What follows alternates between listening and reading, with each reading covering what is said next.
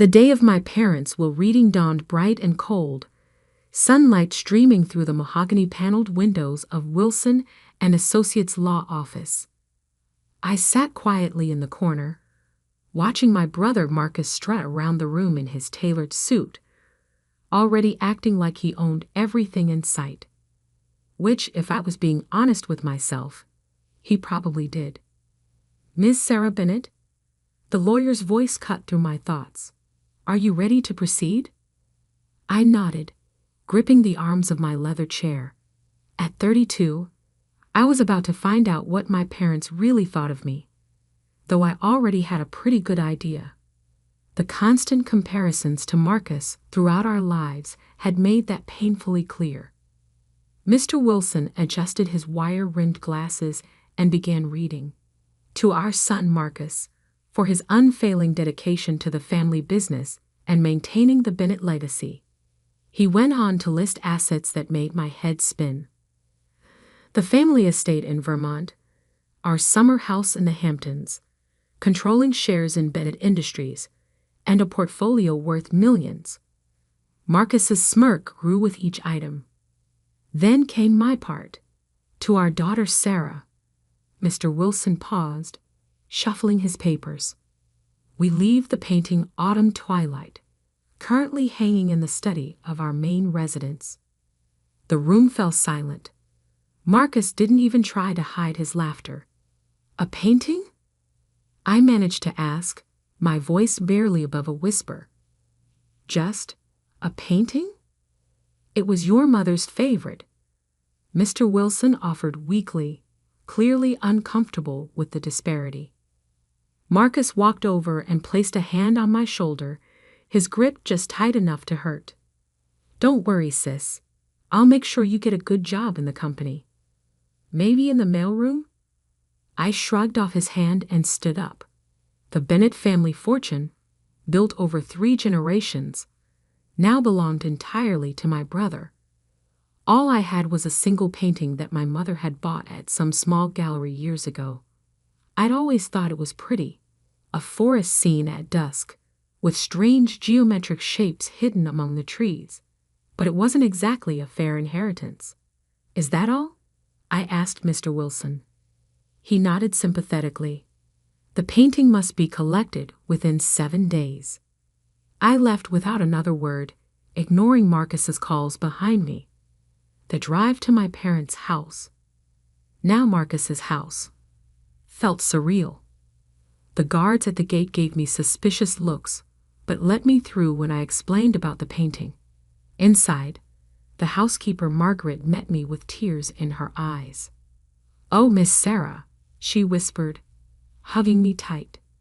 "It's not right, what they did to you." I hugged her back, fighting my own tears. Margaret had been more like a mother to me than my own mother sometimes. She helped me take down the painting from the study wall, carefully wrapping it in a blanket. "Your mother used to stare at this for hours," Margaret said softly, "especially in the last few months. Sometimes she'd mutter about numbers and patterns. We thought the illness was making her confused." I looked at the painting more closely. In the fading light of the study, the geometric shapes seemed to shift and change, creating patterns I'd never noticed before. "Numbers?" Margaret nodded. She traced the shapes with her fingers, over and over. Mr. Bennett would get so angry about it. That night, in my small apartment across town, I hung the painting on my living room wall. It was beautiful in its own way. The forest scene was painted with incredible detail, each leaf and branch precisely rendered. But those geometric shapes, they didn't quite fit with the natural elements. They seemed almost deliberate, like they were trying to tell me something. I poured myself a glass of wine and sat on my couch, staring at the painting. My mother's final gift to me. Was it really just a cruel joke, a final reminder that I'd never measure up to Marcus? Or was there something more? My phone buzzed. Marcus calling again. I ignored it, like I had his last 5 calls. He probably wanted to gloat more, or maybe offer me that mailroom position. Instead, I opened my laptop and started researching the painting. Autumn Twilight, by an artist named James Morrison. No major exhibitions, no auction records, barely any online presence at all. The gallery where my mother bought it had closed years ago. It was like the painting had appeared out of nowhere. A text from Marcus popped up. "Don't be bitter, sis. Come work for me. It's what Mom and Dad would have wanted." I snorted. What my parents had wanted was for me to be more like Marcus, to care about profit margins and shareholders instead of pursuing my passion for art history and restoration. I disappointed them by choosing my own path, and now they'd made their feelings crystal clear. But something about the painting kept drawing my attention. Those shapes, they reminded me of something I'd studied in my art restoration courses. Steganography, the practice of hiding messages in plain sight. I got up and examined the painting more closely. The geometric shapes were subtly different colors than the rest of the scene, barely noticeable, unless you were looking for it. And they seemed to form a pattern. A knock at my door made me jump. It was past midnight. Who would be visiting at this hour? Through the peephole, I saw Marcus standing there, his usually perfect hair disheveled. "Sarah," he called out. "Open up. We need to talk about the painting." I stayed silent, watching him through the peephole. He'd never shown any interest in art before. Why was he here now, in the middle of the night, asking about a supposedly worthless painting? "Sarah, please." His voice took on an edge of desperation I'd never heard before. "Mom left instructions about the painting. You need to give it back." Instructions? My heart started pounding. Maybe I wasn't crazy. Maybe there really was something hidden in those geometric shapes. "Go away, Marcus," I called through the door. "The painting is mine. It's all I got, remember?" "You don't understand," he hissed. "That painting, it's not what you think. Give it to me now, and I'll give you $5 million. $5 million? For a painting he'd laughed about just hours ago? I backed away from the door, my mind racing. Marcus was many things, but he wasn't stupid with money. If he was offering that much, the painting must be worth far more. I heard him fumbling with something. Keys? Did he still have a copy of my spare key from when I'd been sick last year? I quickly grabbed the painting off the wall and ran to my bedroom, locking the door behind me just as I heard my front door open. "Sarah." Marcus's voice echoed through my apartment. "Where are you?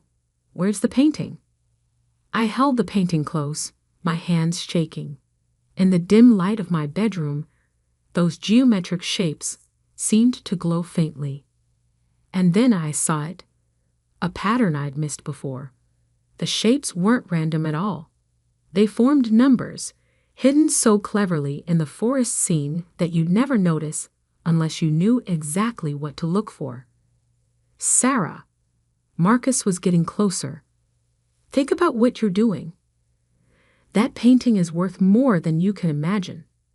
I turned the painting over, inspecting the back. The original canvas was professionally mounted, but something about the framing felt off. A slight gap that shouldn't be there. My bedroom door handle jiggled. "Sarah, open this door right now." With trembling fingers, I'd pried at the gap in the frame. A small piece of paper fluttered out, covered in my mother's elegant handwriting. As I read the first line, my breath caught in my throat. "My dearest Sarah, if you're reading this, you've discovered what I always knew you would. You see patterns others miss. You question what others accept. And now, my darling girl, you're about to understand why your father and brother have always been so afraid of you." The pounding on my bedroom door grew louder, but I barely heard it. I was too busy reading my mother's letter, my hands shaking as each word revealed a truth that would change everything. The numbers in the painting weren't just random shapes. They were coordinates, accounts, and passwords to something that would shake the very foundation of Bennett Industries. And my brother, still shouting outside my door, had no idea that his perfect world was about to crumble. I don't know how long I sat there on my bedroom floor, reading and rereading my mother's letter, while Marcus continued his tirade outside. My hands trembled as I absorbed each carefully written word. The numbers in the painting, when combined with the access codes I've included here, will lead you to the truth about Bennett Industries. Your father and brother built their empire on stolen innovations, patents and designs taken from brilliant minds who trusted them. I was one of those minds, Sarah. And you, my dear daughter, were always meant to be my successor. A loud crash from my living room jolted me back to reality. Marcus had apparently gotten tired of asking nicely. "I'm calling the police," I shouted, already dialing 911. "Go ahead," Marcus yelled back. "I'll tell them you stole company property. That painting belongs to Bennett Industries." But I knew better now. The letter explained everything. How my mother had been a brilliant inventor in her own right. How she hidden her work in plain sight all these years. The painting wasn't just art. It was a key to a hidden database of evidence. "The coordinates will lead you to my private laboratory," the letter continued. "Everything you need is there. But be careful, Sarah. Your father and brother will do anything to keep their secrets buried." I heard Marcus's footsteps retreating, followed by my front door slamming. Taking a deep breath, I emerged from my bedroom. My apartment was a mess. Marcus had apparently searched every corner looking for the painting. But I didn't care about the chaos. I had work to do. First, I photographed every inch of the painting, capturing the geometric shapes from every angle. Then I carefully copied down the coordinates from my mother's letter. According to her instructions, I needed to overlay the shapes in a specific sequence to reveal the full set of access codes. My phone buzzed again, this time with a text from Margaret, our old housekeeper. "Miss Sarah, men are at the house removing all your mother's things. They're looking for something in her study. Please be careful." They were destroying evidence. I had to move fast. The coordinates led to a location in the Berkshires, about 3 hours from the city. My mother had written that she purchased the property under her maiden name, keeping it hidden from my father and brother. "The lab is underground," her letter explained. "The entrance looks like an old storm cellar, but it's equipped with state-of-the-art security. Use the first sequence of numbers from the painting to gain access." I packed quickly, laptop, the painting carefully wrapped in blankets, some clothes, and my mother's letter. As I headed to my car, I noticed a black SUV parked across the street, its engine running. Marcus wasn't done yet. The drive to the Berkshires was tense. The SUV followed me for the first hour, keeping a consistent distance. I took every detour and back road I could think of, finally losing them somewhere near the Massachusetts border. By the time I reached the coordinates, it was nearly dawn.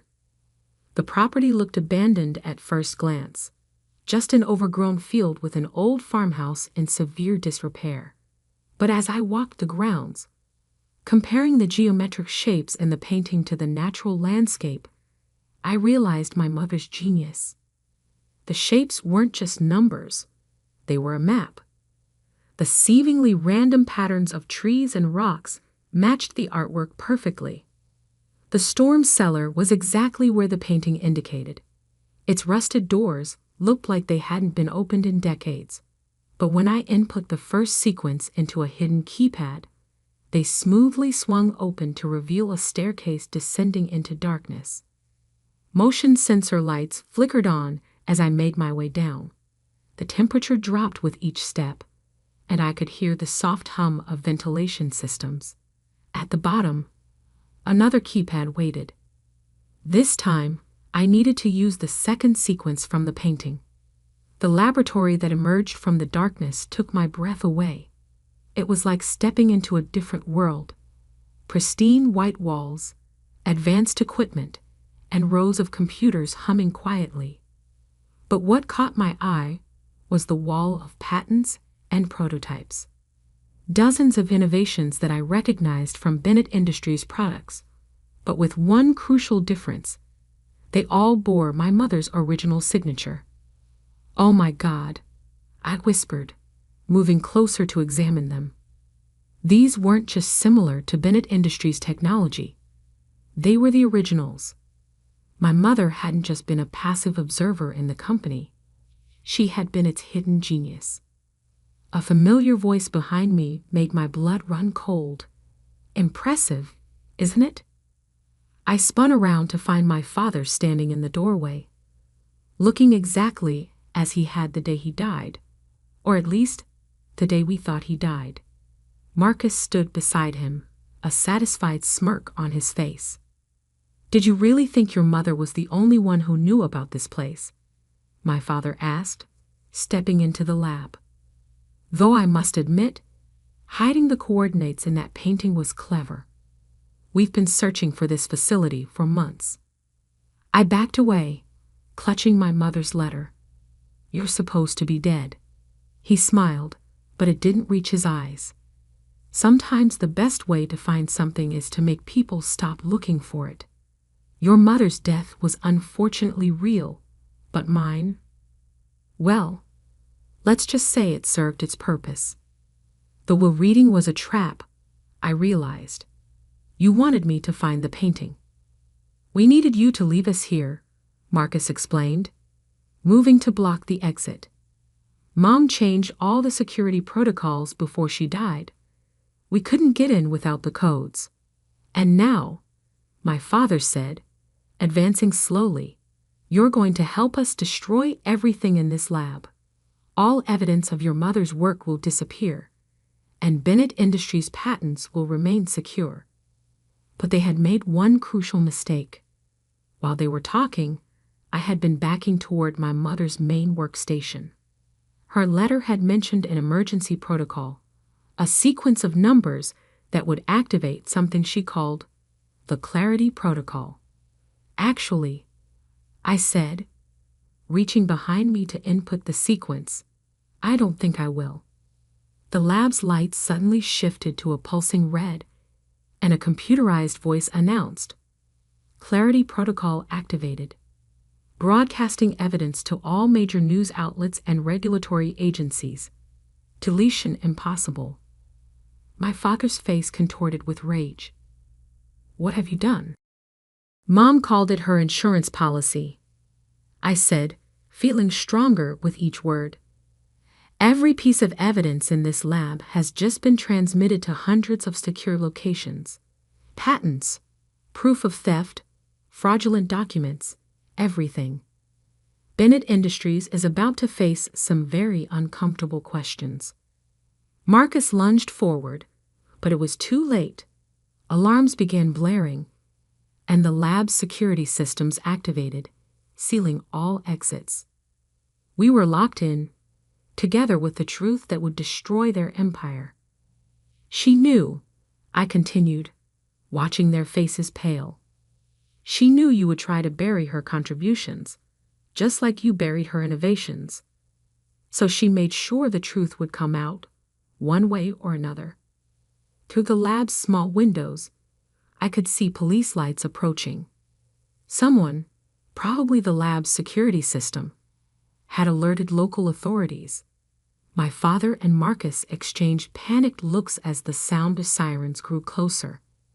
The painting that had started everything still sat wrapped in blankets by the door. Those seemingly worthless geometric shapes had led me exactly where I needed to go. My mother's final gift wasn't just a painting, it was justice. And as I watched my father and brother realize their perfect world was crumbling, I smiled, knowing this was just the beginning. The real story of Bennett Industries was about to be told, and this time, no one would be able to hide the truth. The next 48 hours passed in a blur of police statements, news reports, and corporate chaos. I watched from my hotel room as Bennett Industries' stock plummeted. Years of carefully constructed lies unraveling in real time. Bennett Industries CEO found alive, arrested for fraud. The headlines screamed. Corporate giant built on stolen patents. Mother's revenge. The hidden genius behind Bennett Tech. My phone hadn't stopped ringing since the story broke. Journalists, lawyers, former employees, everyone wanted to hear my side of the story. But I was only interested in one call. Margaret, our former housekeeper, who had more revelations to share. Your mother knew this day would come, she told me, her voice heavy with emotion. That's why she made me promise to give you this after the truth came out. An hour later, I sat in Margaret's small living room, holding another letter from my mother. This one was different, not instructions or coordinates, but a story. Her story. My dearest Sarah, it began. Now that you know the truth about Bennett Industries, it's time you understood your own history. You were never less than your brother. You were always meant for something more. As I read, the pieces of my life slowly shifted into focus. My mother hadn't been just another victim of my father's schemes. She had been playing a long game, preparing me for this moment from the very beginning. Those art history classes I'd taken, they weren't a waste of time as my father had claimed. They had trained my eye to spot patterns, to understand hidden meanings in plain sight. My work in restoration had taught me patience, precision, and the ability to reconstruct truth from fragments. Every time your father pushed you away from the business, my mother wrote, every time he favored Marcus, he was unknowingly helping to prepare you for this moment. You learned to think differently, to see what others missed. While Marcus was learning to maintain the lies, you were learning to expose them. A knock at Margaret's door interrupted my reading. A woman in a crisp suit stood outside, holding a briefcase.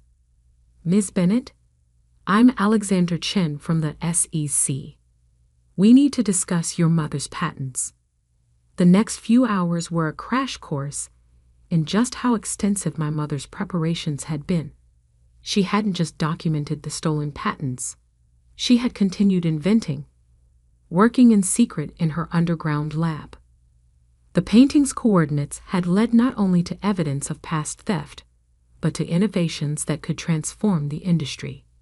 Your mother filed these patents under a trust, Alexandra explained, spreading documents across Margaret's coffee table, a trust that names you as the sole beneficiary. My hands trembled as I looked at the paperwork. Dozens of patents, all legally protected, all now belonging to me. Not just the old innovations my father had stolen, but new ones, years ahead of current technology. Bennett Industries doesn't just owe you restitution for the stolen patents, Alexandra continued. They've built their entire infrastructure around your mother's technology. They can't operate without it. So what does that mean? I asked, though I was beginning to understand. It means, Ms. Bennett, that you now effectively control the company that cast you aside. While my father and Marcus sat in jail awaiting trial, I walked into Bennett Industries headquarters the next morning not as the forgotten daughter, but as its new owner. The board of directors, desperate to save the company from complete collapse, had no choice but to accept my terms. Standing in my father's former office, I found another surprise, a wall safe hidden behind the painting that had once hung there. The combination? The final sequence of numbers from my mother's painting. Inside was a personal diary detailing every innovation he had stolen, every inventor he had betrayed. But more importantly, it contained a list of names, people like my mother who had been cheated out of their rightful recognition. 1 month later, I stood on a stage at a hastily convened press conference announcing the company's new direction. Bennett Industries was built on stolen dreams, I told the assembled crowd. Today we begin making things right. We're establishing a foundation to compensate every inventor who was wronged by the previous management. But more than that, we're transforming the company into what it should have been all along, an incubator for innovation, where brilliant minds are celebrated, not exploited. The painting that started it all now hangs in my new office, a reminder that sometimes the most valuable things are hidden in plain sight. The geometric shapes that once concealed my mother's secret now represent something else, the pattern of a better future, one built on truth instead of lies. Marcus wrote to me from prison, alternating between threats and pleas for help. I sent back a single photograph. The painting, now hanging exactly where our father's portrait used to be. He would understand the message. His world of deception was over. My father maintained his silence, but it didn't matter anymore. The truth he had fought so hard to bury was now his legacy. The great John Bennett would be remembered not as a visionary businessman, but as a thief who stole his own wife's genius. Late one evening, as I was preparing to leave the office, Margaret brought me one final letter from my mother. This one had been timed to arrive exactly 1 month after the company's transformation began. My darling Sarah, it read, if you're reading this, you've done more than just expose the truth. You've begun to rebuild from the ashes of deception. I never wanted you to inherit a corrupt empire. I wanted you to have the chance to build something honest, something worthy of your heart. I traced my fingers over her handwriting, feeling closer to her than ever before. The worthless painting had been anything but worthless. It had been the key to everything. More than that, it had been my mother's way of showing me that I had inherited something far more valuable than money or status. I had inherited her vision for a better world. 2 years later, Bennett Industries, now renamed Aurora Innovations, is unrecognizable from what it once was. We've become a leader not just in technology, but in ethical business practices. The foundation has helped dozens of inventors reclaim their stolen innovations, and our incubator program has launched countless new careers. The painting still hangs in my office, its geometric shapes now a familiar comfort. Sometimes, late at night, I could swear they shift slightly, as if my mother is still there, leaving me new patterns to unravel, new truths to discover. But the most important truth was there all along, hidden in plain sight, just like those numbers. Success built on lies will always crumble, but success built on truth and justice will stand the test of time. Marcus was released from prison last week. He sent me a message asking to meet, to talk about rebuilding our family. I haven't responded yet. Some patterns, I've learned, are better left unchanged. Instead, I spend my time focusing on the future. The company hosts an annual innovation fair where young inventors can showcase their ideas without fear of theft. Last year's winner was a young woman whose story reminded me of my mother. Brilliant, underestimated, but unwavering in her vision. As I handed her the award, I saw my mother's painting reflected in the glass trophy.